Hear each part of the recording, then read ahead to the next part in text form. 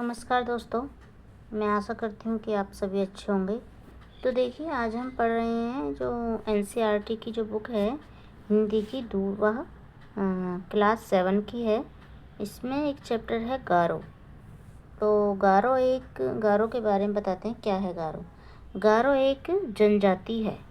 क्या है? एक जनजाति है जो मेघालय राज्य में रहती है।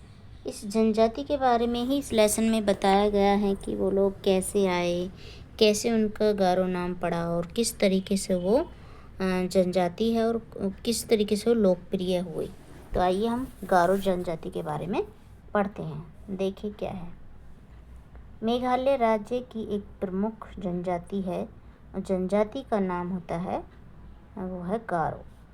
गारो लोग स्वभाव से ही शांति प्रिय, परिश्रमी, प्रकृति को प्यार करने वाले होते हैं। इसी गारो समाज के दो महापुरुषों के नाम हैं जापा जलिनपा, सुकपा बुंगीपा।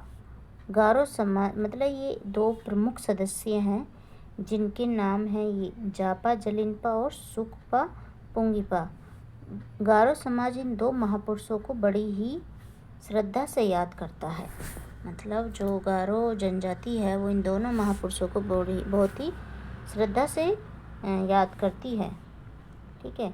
गारो लोग मेघालय में कैसे बस गए, इसके बारे में एक कहानी प्रचलित है। कहा जाता है कि हजारों साल पहले गारो लोगों के पूर्वज चीन और तिब्बत की ओर सुदूर घाटियों में इधर उधर भटकते रहते थे। जहाँ खाने पीने का साधन मिल जाता वहीं रुक जाते। जब भोजन की कठिनाइयाँ होती तो नए स्थानों की खोज में निकल पड़ते। यह खाना बदोशी जीवन कब तक चलता रहा होगा, कुछ सही नहीं कहा जा सकता है। मतलब जनजाति है, जनजाति जो होती हैं ये एक स्थान से दूसरे स्थान पर जाती हैं। जैसे एक स्थान पर कुछ खाने पीने का सामान मिल गया तो कुछ दिन वहाँ रुक गए, और जहाँ खाने पीने का सामान ख़त्म हो गया तो आगे चले गए। तो ऐसे ही जनजाति है एक गारो। आप देखते हैं क्या होता है इसमें। भोजन की तलाश में भटकने के अतिरिक्त गारो लोगों को विषम मौसम और जंगली जानवरों का भी सामना करना पड़ता था। इस कारण गारो लोग बहुत परेशान होते थे। उन्हीं दिनों गारो समाज में जापा जलिनपा और सुकपा बुंगीपा का जन्म हुआ था। देखिए ये हैं ये इनके जो महाराज हैं सुकपा बुंगीपा, और ये हैं जनजाति। तो इसमें सुकपा जन्म हुआ। इन दो महापुरुषों ने अपने लोगों की परेशानियों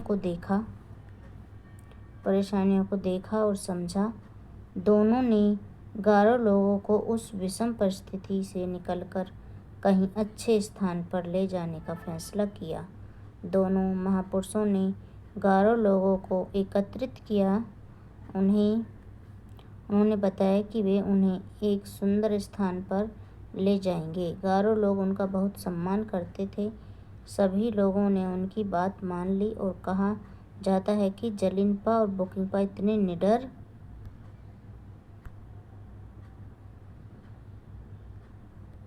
निडर थे कि प्रभावशाली व्यक्ति थे। जंगलों जो मतलब बहुत ही ज़्यादा शक्तिशाली थे वो दोनों, और जैसे कि जंगलों में खूंखार जानवर भी उनकी आहट की आवाज़ सुनकर भागने लगते थे। वे भयंकर तूफानों में भी सही मार्ग और दिशा का पता लगा लेते थे। रात में भी उन्हें अपने साथियों का मार्गदर्शन करने में कभी परेशानी नहीं होती थी। पहले सहज बोध और विवेक के द्वारा वे आने वाले संकट को पूर्वानुमान मानने वाले पहले ही अनुमान कर लेते और अपने साथियों की मुसीबत से उन्हें बचा लेते थे। मतलब कोई परेशानी आने वाली है तो उसे पहले ही समझ लेते थे और उस परेशानी को हल कर देते थे। इस तरह सारे गारो एक साथ हिमालय की तराई को पार करते हुए ब्रह्मपुत्र नदी घाटी के की ओर बढ़े और वे अपनी संपत्ति, घोड़े, जानवर आदि अपने साथ लेकर चल रहे थे। कभी कभी महीनों तक चलते रहते थे और कभी कभी कई महीनों तक चलते रहते। देखो ये दो हैं व्यक्ति जो महापुरुष हैं। ये है आगे। वर्षों ठहर जाते वर्षों तक इस प्रकार यात्रा होती रही। वे हिमालय की घाटियों के बीच रास्ता नापते रहे और जलिनपा और बोकिंगपा अपने साथियों को सदैव आगे बढ़ने के लिए प्रोत्साहित किया।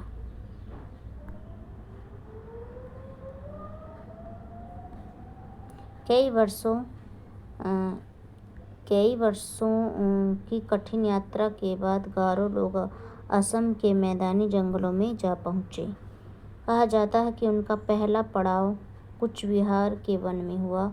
कूचबिहार पर उन दिनों असम के राजा का अधिकार था। उसने गारो लोगों को आगे बढ़ने से रोक दिया। गारो लोग प्रारंभ से ही शांति प्रिय रहे। उन्होंने लड़ाई का रास्ता नहीं अपनाया और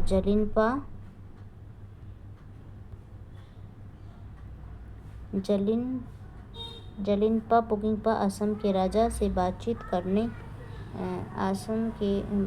करने उन्हें समझाया और असम का राजा उन्हें मार्ग देने के लिए सहमत हो गया। उसका विवाह एक गारो सुंदरी से करा दिया गया। इस तरह वातावरण मित्रतापूर्ण हो गया। कुछ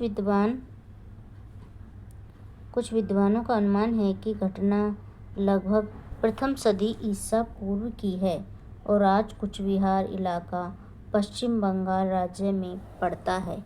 कहा जाता है कि गारो समाज के कुछ लोग कूचबिहार क्षेत्र में बस गए थे। आज भी कूचबिहार क्षेत्र में तथा आसपास के कई स्थानों में गारो समाज के लोग रहते हैं। जब जलिनपा और बोकिंगपा अपने लोगों को गारो पहाड़ों की घाटियाँ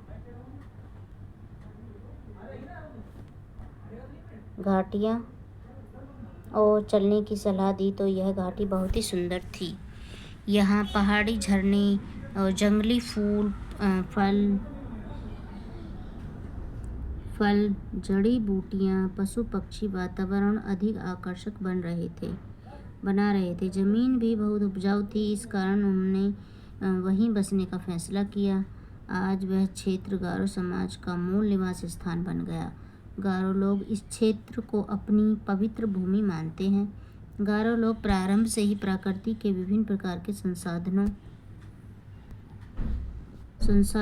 की तलाश करना ही अपना मनोरंजन मानते हैं। जंगलों में घूमना, फल फूलों, अन्न, कंद मूल आदि की खोज करना, खेती के लिए उपजाऊ भूमि की पहचान करना आदि उनको शुरू से ही पसंद रहे हैं। आज भी गारो लोगों ने अपने पारंपरिक हुनर को कायम रखा हुआ है। गारो समाज और गारो संस्कृति भारत का गौरव है। गारो समाज आज भी जलिनपा और बोकिंगपा को बड़ी श्रद्धा और आदर से याद करते हैं। आज की वीडियो में इतना ही। धन्यवाद दोस्तों।